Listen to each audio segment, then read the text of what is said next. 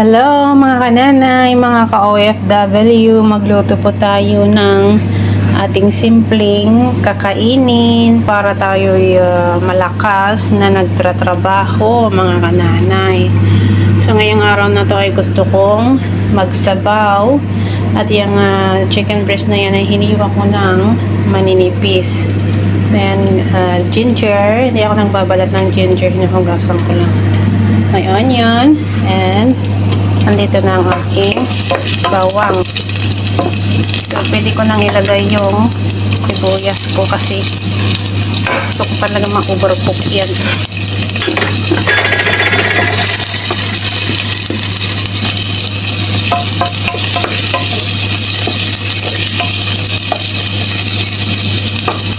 Wait lang tayo hanggang mag-brown. Isunod ko na rin yung luya para sabay-sabay na sila. Ayan. Wala akong whole chicken at saka hindi ko po kayang ubusin yung whole chicken or kahit yung half.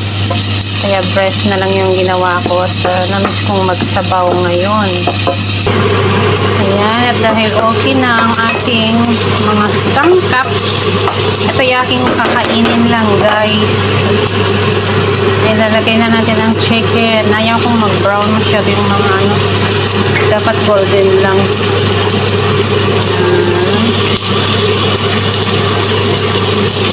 Focus muna ako ng pakulo ako ng pangsabaw.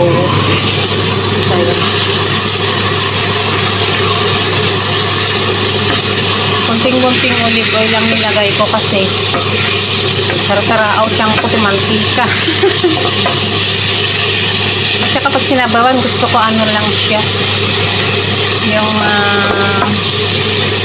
oh no, bakit may ano na doon.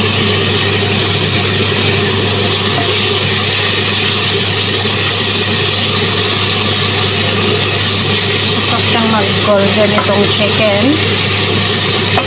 Bago natin ilagay ang mga gulay. Wala ko akong binibili, lahat ko ay libre. Siyempre ang sahod natin ay para sa ating pamilya. Ayaw ko yung malalaking hiwa pag breast chicken guys. Pag walang buto ayaw pa. Naglagay tayo ng black pepper. Naglagay na ako ng kunting asin guys. Oops, wait. Naglagay ako ng kunting asin, iodized salt para may lasa siya kasi patis yung ilalagay ko mamaya. Dahil kulong-kulo na yung tubig, gusto kong ihalo dito yung beans and fish para masabay silang medyo ma-fried. Ibali na yung pagsabaw kasi madali namang kumulo. Ayan guys, na-golden na ang aking chicken. Kaya ilalagay ko yan.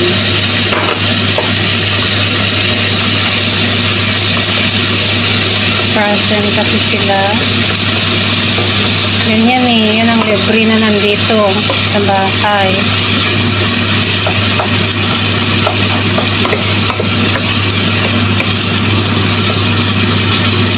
Ang gusto ko bago ko lagyan ng sabawang ito, may gisa-gisa muna ng dry itong mga gulay. Except lang yung pichay. I mean, lettuce pala na naginip. Mamaya tayo maglagay ng patis. Ito yung aking pagkain lamang po, templang Pinoy. At ayan, dahil naigisa-gisa na ang patis, ilagay naman natin ang ating beans. May gulay tayo.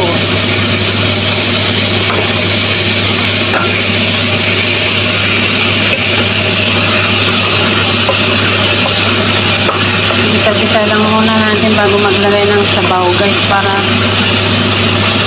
mas okay.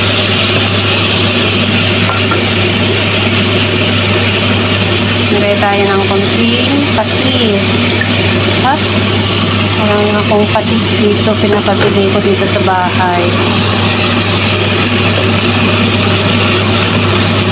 Gulay slice. So, ayan guys. Okay na yan. Nalagyan ko siya ng patis.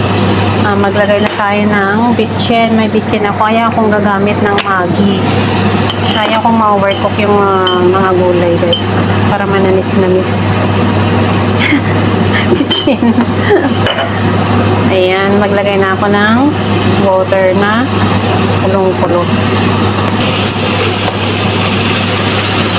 Maglagay na tayo ng water. Ang ating malatinola.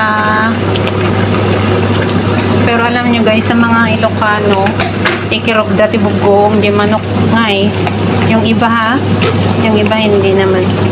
Kulong-kulo na kasi yung tubig, kaya ganyan ang purpose ko. Kaya kung kinisa siya. Kaya kung ma-overcook yung mga beans ko, di bali yung isa, lagay ko na yan. Ano kasi ito, lettuce. Ay, ganyan natin kasi para hindi siya mag-brown or mangitim. Ganyan. So, kung magsabaw ngayon.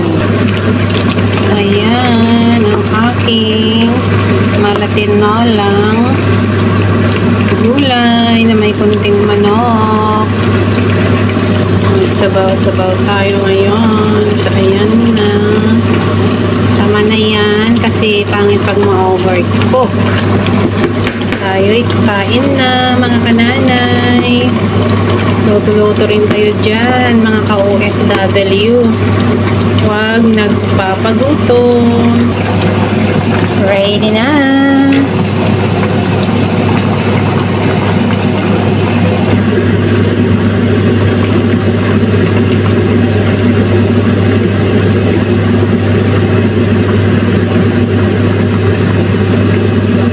Sinabawan